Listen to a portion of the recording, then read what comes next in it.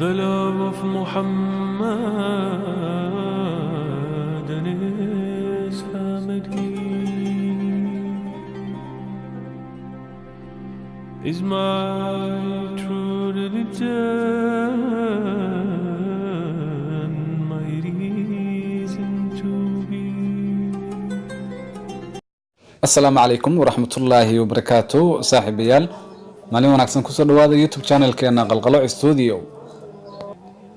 فضلا هدي aad nagu cusub tahay subscribe saar youtube keena siina share garay maanta barnaamijkeena waxaan ku soo qaadanaynaa haweeney lamaanaheeda nolosha u dooratay go'ay in muddo ah dhaxanta ka huwanaysay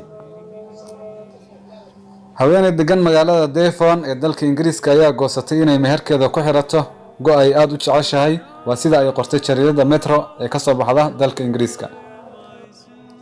haweeneydan oo la yiraahdo Pascal Salik oo 49 jir ah ayaa sheegtay in go'ani uu aad ugu dhow yahay qalbigeeda markastan uu la jiray xiliyada farxadda iyo waqtigeedii murugadaba iyadoo hadlaysana waxay tiri aad ayaan u jeclahay waxaan doonayaa inay dadku xaadir noqdaan oo ay indhahooda ku daawadaan marka uu meherku iigu dhacayo waxaan ka helaa qalbi degnaan mararka qaarkoodna go'a kan mar walba aan arko waxaan dareemaa farxad dadka ay xafladda ku casuntay waxay kula talisay inay xafladda ku yimaadaan sandal iyo dharka ay ku seexdaan ama dharka hurdada haweeneydan xaalado la mid ah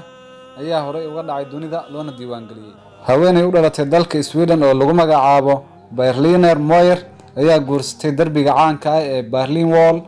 sida oo kale haweeney reer Mareykan ah oo la yiraahdo Erika Labry ayaa 2007 guursatay oo meherka loogu xiray taalada caanka ah ee Eiffel Tower afiyad oo kamid ah dadka degan San Diego California ayaa sheegtay inuu guursaday ama ay guursatay bosteejo tareen oo caan ah oo lagu magacaabo Santa Fe sida lagu sheegay daraasad ay faafisay jariirada lagu magacaabo Electronic Journal of Human Sexuality ayaa lagu ogaaday in kala bar dadka caashiqa waxyaabaha adkaha ee aan nafta lahayn ay qabaan cudurka lagu magacaabo autism-ka waxaan mudannahay in aan Ilaahay subxaanahu wa ta'aala ugu mahadcelino maadaama uu naga dhigay dad muslim ah oo iimaan leh aad baad ugu mahadsan daawashadaada fadlan haddii aad nagu cusub tahay subscribe saar siina share garay assalaamu calaykum waraxmatullaahi wabarakaatuh The love of Muhammad and his family is my